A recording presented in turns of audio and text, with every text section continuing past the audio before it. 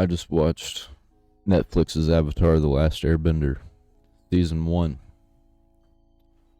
What I thought about it wasn't that bad.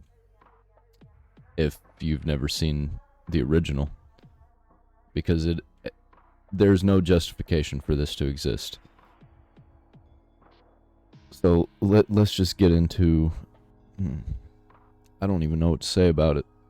It's just like the story is basically the same, but it's condensed from 20 episodes down into 8 episodes. And because of that, you don't get very much emotion from the characters, and when you do, it's just forced, and you're not feeling it. The characters are flat because they don't have enough time to actually build the characters. They leave out a lot of the character building stuff from the original, which I'm trying not to compare this one to the original, but I kind of have to, because it's just like, why? This just feels like a nostalgia bait cash grab to me. It definitely is. The CGI is just not good in most places. Whenever it's the big scenes that they built up in the trailers, those look alright, except for sometimes there's some weirdness, especially when you notice Aang is completely CG a lot of times. The characters, by the way, the people who play them, great casting. They do great at capturing what the characters are supposed to be like. They just didn't have enough time in the story, and through the bad writing, everything about this is worse than the original. Whenever they try to be like the original, it just falls short. The cabbage joke felt like they were pushing too hard into it, trying to be like, hey, fans of the original, here's the cabbage part. Oh, we're not going to say it. Oh, we're not going to say it. Oh, we said it. And you could have just done it once. You just said it once and have been done with it. I feel like that they were pandering a lot of times. And it's just constant. Whenever you do get any character building, it's exposition dumping most of the time, where it's just people talking about what their emotions are and what they're doing.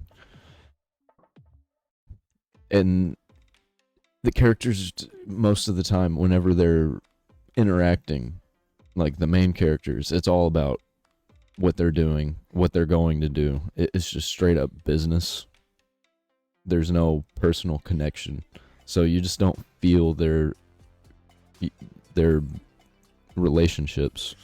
And whenever they have romance, it's super forced down your throat. It's like, we know these characters are supposed to have a little bit of a romance, so let's do that.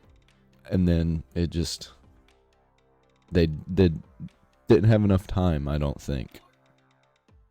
In Katara and Sokka, I noticed whenever there's nothing happening, like they're flying around on Appa, or they're sitting around waiting for something, they're not doing anything. They're just sitting there, and they're just talking.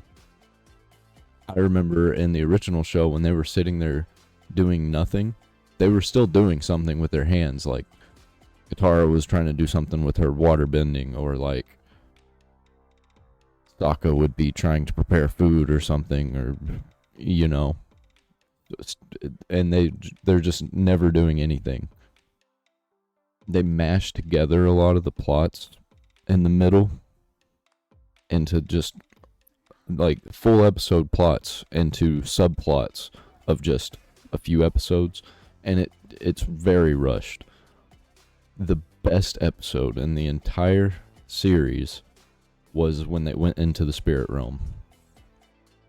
That whole episode was 9 out of 10. I loved pretty much everything about it. There was still some, weirdness, because the whole show has weirdness, but that one was near perfect. And really, all of the changes they made to, like, Boomy, especially, that one bothered me, the changes they made to Boomy, because it was just like they changed him just to say that they changed him. They did pretty much everything the same except for Katara and Sokka wasn't there. They were off in the cave where Aang and Katara were supposed to be, in the tunnels, the secret tunnels, while Aang was fighting Boomy.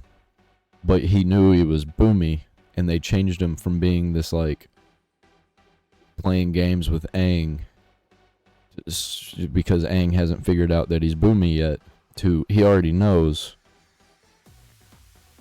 So his character just seems like, why is he doing all of these things? Is he just straight up crazy?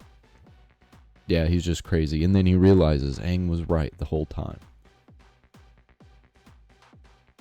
Which I'm pretty sure the way Boomy's character ends up is how Boomy was originally in the show. He was just playing games and messing with Aang. And he was still this happy-go-lucky kid wanting to play and get on the carts and fly around. But in this version, he was like a beaten-down asshole king who was out of touch. And I hated it. I hated Boomy in this. And Iroh was kinda alright. I think I liked Iroh more than the rest of the characters. He just was on the verge of tears too much.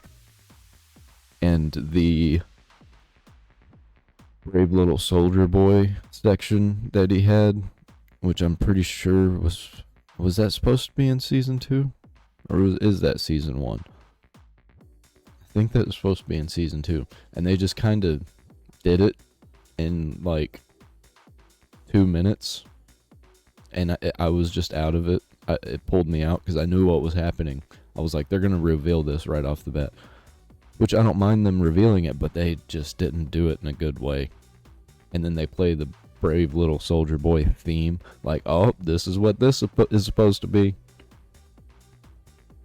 So all in all, I'm going to give it, as not a fan of the original, I would give it 6 out of 10. And that's being generous. As a fan of the original, I'm giving it a 2 out of 10. Because the original is one of my favorite shows of all time. And this is just, they Cowboy Bebopped it. I don't know what else to say. And if you like what I do, I've got a description and you can click that and look down in there. But if you don't want to do that, just hit the like button. That's all I'm asking you. That's all I need right now. And as always, you right there in that lens, on the other side of that screen watching, you be a good boy.